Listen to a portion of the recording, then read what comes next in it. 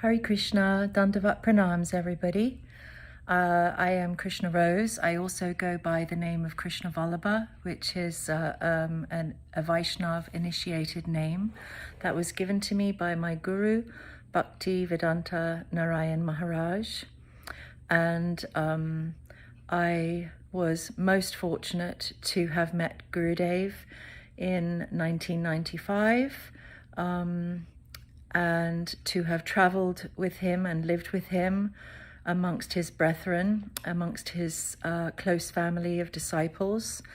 And I learned and was given immense grace in my heart by my teacher at the moment of my initiation.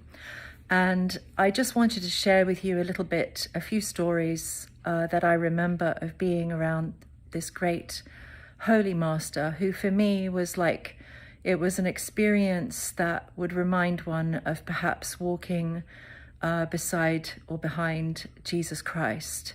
It's the only way that I could describe just how incredibly ecstatic and holy the whole experience was. It was profoundly life transforming, being around a pure saint who came from the kingdom to this world to save souls. I got in the rickshaw and I went to Gurudev's temple for the first time. And when I walked in, I crossed the threshold from the street into his holy temple. Immediately, I felt a profound sweetness in the air that I had never felt before. So I knew someone or something very special was happening in this amazing temple. So I walked up the stairs and Gurudev was standing in the middle of the courtyard, and I had maybe 5 or 6 friends with me that I had made in Vrindavan, and he pointed to me and he said, "You, come here." So I rushed over to him, my first time ever meeting him, and instantly fell to the floor.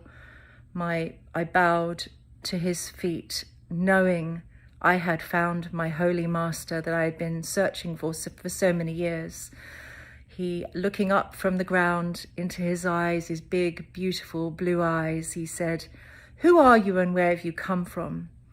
I said, "My name is Anita. I'm from England and I'm the girl who's been writing to you." And I had been writing back and forth letters with Gurudev since 1993, whilst I was living in the ISKCON temple, Soho Street, London. And he said, "Where have you been? I've been waiting for you for so long." So in that moment, I knew this is it. I found my place in life now. He instantly gave me a room in his temple downstairs on the ground floor.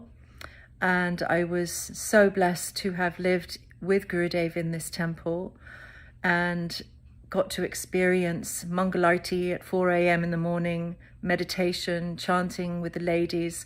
And really, I think until the moment that I chanted within this temple, I don't think that I really truly understood how deep bhajan and chanting is or could be. I had always chanted sort of distractedly with love. So here was a holy master who was training his disciples to not only cover their heads, but pull their veils down over their faces whilst they were praying, so that they wouldn't be distracted by their eyes, by their senses, by the mind, that they could utilize the mind to truly reach for the kingdom using the phone number of God's holy names, which gives one an instant connect to divinity. And we call God by his name, but we can't see him, but he does come. And the reason we can't see him is because we are conditioned to enjoy through the flesh everything in this world. So in order to die to live, which is something that Christ spoke of, and all of the saints in every lineage, they speak of dying to live. It doesn't actually mean that we physically die. It means that we die to the ego. We give up the ego in favor of experiences that bring us closer to God. And one cannot approach the innocence of God with an ego, because when one stands before divinity, one is truly awestruck, breathless, unable to speak, stunned.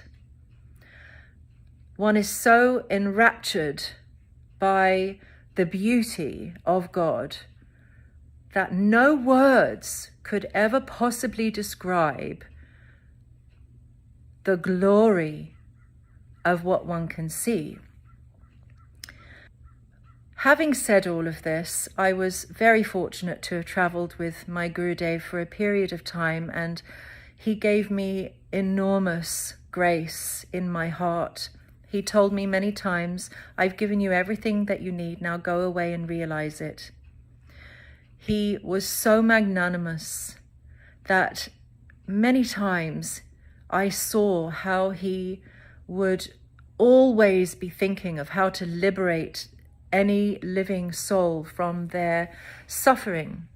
For example, we went to the Sequoia National Forest in Badger for the first time in 1996 with him, and it was his first trip out of India coming to the West, and we were walking around this massive forest with trees that were 5,000 years old. So Gurudev was quite grave, and he was chanting gravely, and we were all following him around the pathway. And then we came to a fallen tree, and it was hollowed out. And he said, come with me, we're going to enter into the mouth of Aghasura. He was so playful and charming and funny. And he just knew exactly what to say to each person that he met that just captured the heart in 1 second. This ability comes from God. It doesn't come from anywhere else. From a person who comes from the kingdom, they have this ability to capture the heart. And he would tell people, I have caught your heart and I have put it in my pocket and I will keep you there forever. And it was just the sweetest phrase that he would use. He also used a phrase where he said, I'm stringing a garland of hearts and all of you are on it. And I'm going to offer this garland to Srimati Radhike, to Radhe, the goddess, the supreme goddess. Just so sweet to be spoken to like this by someone who truly cared. So walking around this forest as we came out, Gurudev again became very grave, and we stopped by the van to talk for a little bit with a Sikh who had just come to the park for a walk, and he went and greeted him, gave him mercy and blessings. And Gurudev said, these trees have been standing here for 5,000 years. They are suffering so much and they want relief from their suffering, and I was feeling so sad for them. For 5,000 years to be stuck in a tree body. I go in the forest, I see the twinkling of the light on the leaves, and I think, oh, how beautiful, oh, how ancient this tree is. Let me hold the tree, let me hug the tree, let me leave offerings for the tree. Look at how the tree is giving us fresh air, all of these things. But here, my Gurudev was showing what it is to be a liberated soul, that they don't see the illusion of things, they see the truth of things, and that includes with us and with all living beings. So he said, I was chanting for all of these trees to be liberated, and then sure enough, very soon a wildfire came and these trees were liberated, and it just astounded me. We had another experience like this when we were in Maui with him, and we were invited to go on a boat ride with him. He wanted to go and see the whales and dolphins. So a small group of us went on this boat with him, and it was just utterly profound. He said, all of you are coming with me, and I am the captain of this ship, and we are crossing over the ocean of material nescience, and I'm taking you all with me. And even those over there on the shore who are so far away and don't see me, because I am seeing them, I am taking them with me too. And there were people literally who looked like dots on the landscape, you know, over on the shore. And he was talking about these people that just, even though they can't see him, he sees them and he's going to take them with him. And this is the vision of a holy master. Jesus was a lot like this too. The magnanimous compassion oozed out of every inch of his being. Everywhere he would go, he would see the suffering of people and he would speak to it. He would heal it.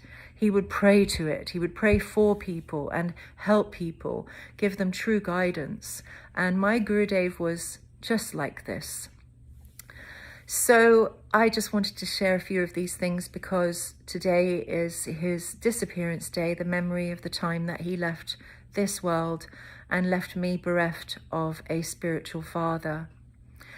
And I say that in one way, and yet in another way, he's been so incredibly kind to me because he's taught me that love in separation is the bee's nest of the hive of true devotion, is to love God within the chapel of one's own mind and one's own heart, that one doesn't need buildings to worship in. He told me, just because somebody wears tilak and kantimala, don't presume that they are a devotee, a Vaishnav.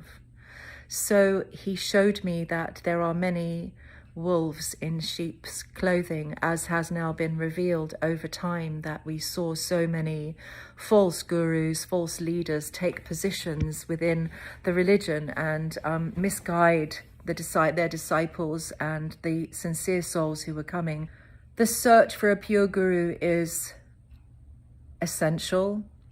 If one truly wishes to enter into the kingdom, one must have a holy master who is from that kingdom.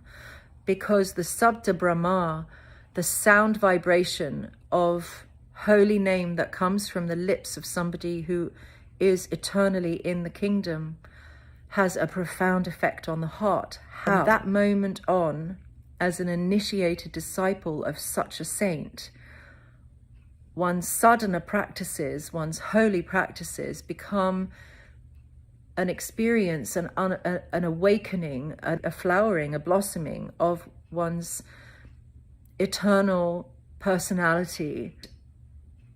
If we truly wish to think like eternal spirit souls living within the kingdom, which is what it takes to enter into that world, we don't do it when we die, we do it while we live.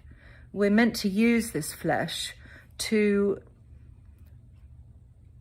leave the ego of the flesh and transcend it through spiritual practices, through praying. We are in a religion of divine love, and divine love is an experience. Bhakti is an experience. It is not an external thing. It has nothing to do with what you're wearing or what your hair looks like or whether you wear makeup or not. But I want to be authentic to myself. I don't need to conform externally. I need to conform internally. Who am I when I'm standing before God? This is the most important question for any devotee of any faith to consider. Who are we when we're standing in front of the divine? We should not be fooled by robes, or positions of power, titles, names, leaders. We should not be enamored by these false gods. We should see them for who they truly are and work very hard on becoming pure devotees ourselves so that we can truly represent this path of divine love for others. That takes practice, it takes dedication, it takes yearning, and it takes tears. Lots and lots of tears. In fact, the more tears, the better. My Gurudev said, your tears are worth thousands of lakhs of Harinam. That means that Like one tear is worth more than chanting for hours and hours and hours in a day. One tear is worth more than chanting for hours and hours and hours in a day. This mood of separation and yearning, when it becomes water down the cheek, is very powerful. It cleans the heart, it moves the heart, and it moves the Lord to pay attention. And the entire Guru Parampara, when we pray like this, they come to us to bless us, to help us to go forward, to follow with eagerness upon this flower-like path that